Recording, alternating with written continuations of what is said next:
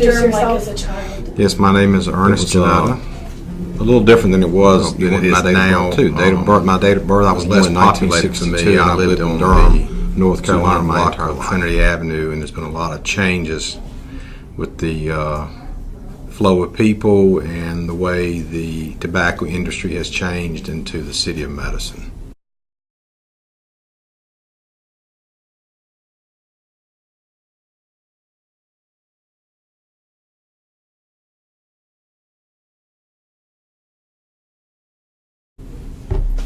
Do you have any interesting stories about Durham's history?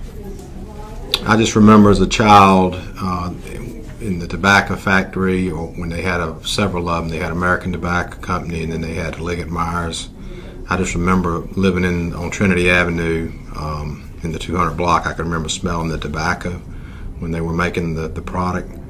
And I remember walking by the factory and seeing people leaving and coming to work, and the tobacco industry was a big industry here because people who worked there always wore a tan brown suit, and there were a lot of my neighbors that had those suits.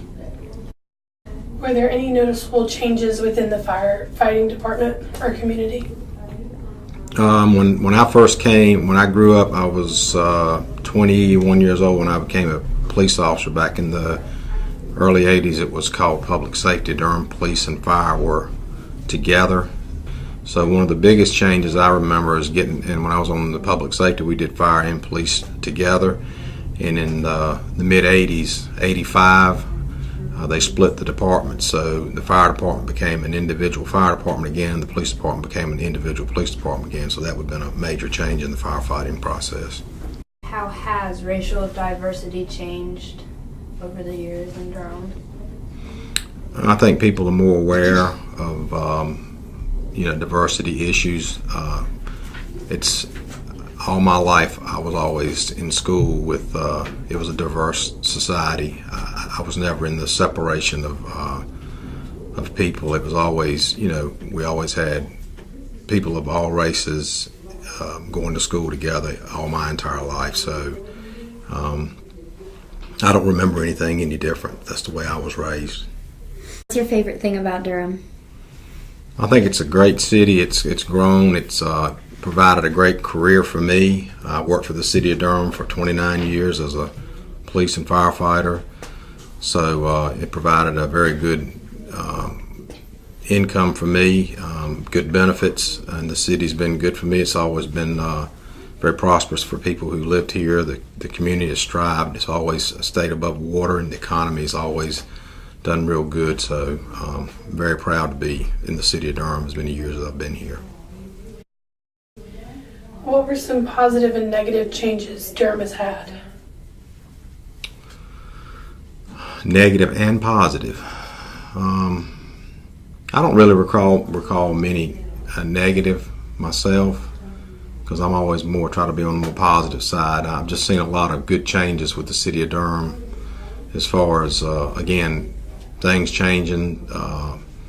It seems like since we've left the tobacco and went into the city of Madison, a lot more jobs have come, more awareness of what health concerns we have. If you could choose only one thing Durham is famous for, what would it be? I think all my life it's always been, I'll go back to Duke University. Duke University and the hospital has always been famous for people, will say, I'm going to go to this hospital, I'm going to go to this hospital. And I always say, well, you go to Duke. And I don't want to go to Duke. And we say, well, people come from all over the world to go to Duke Hospital to go there and play. Do you have any interesting stories from when you were on the police force?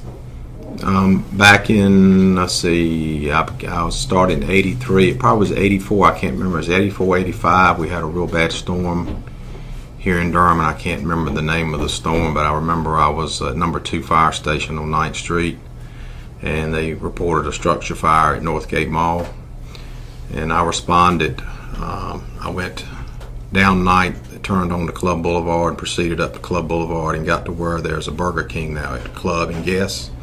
And I remember it was like like I went into the Wizard of Oz. I remember I went from a light colored sky. When I turned left, I saw the Burger King sign flipping end over end on Guest Road, and sky just totally dark. And as I pulled up to where the Sears Auto Center is now, they had a business on the left then was called, I think it was called the Wolfer and Tweeter. They sold speakers, and they had an 18-wheeler, the back of an 18-wheeler sitting there where they stored stuff in, and it was flipping over. And when I pulled through there, we realized we didn't know at the time, but we had a tornado or some type of storm that had touched down at Northgate.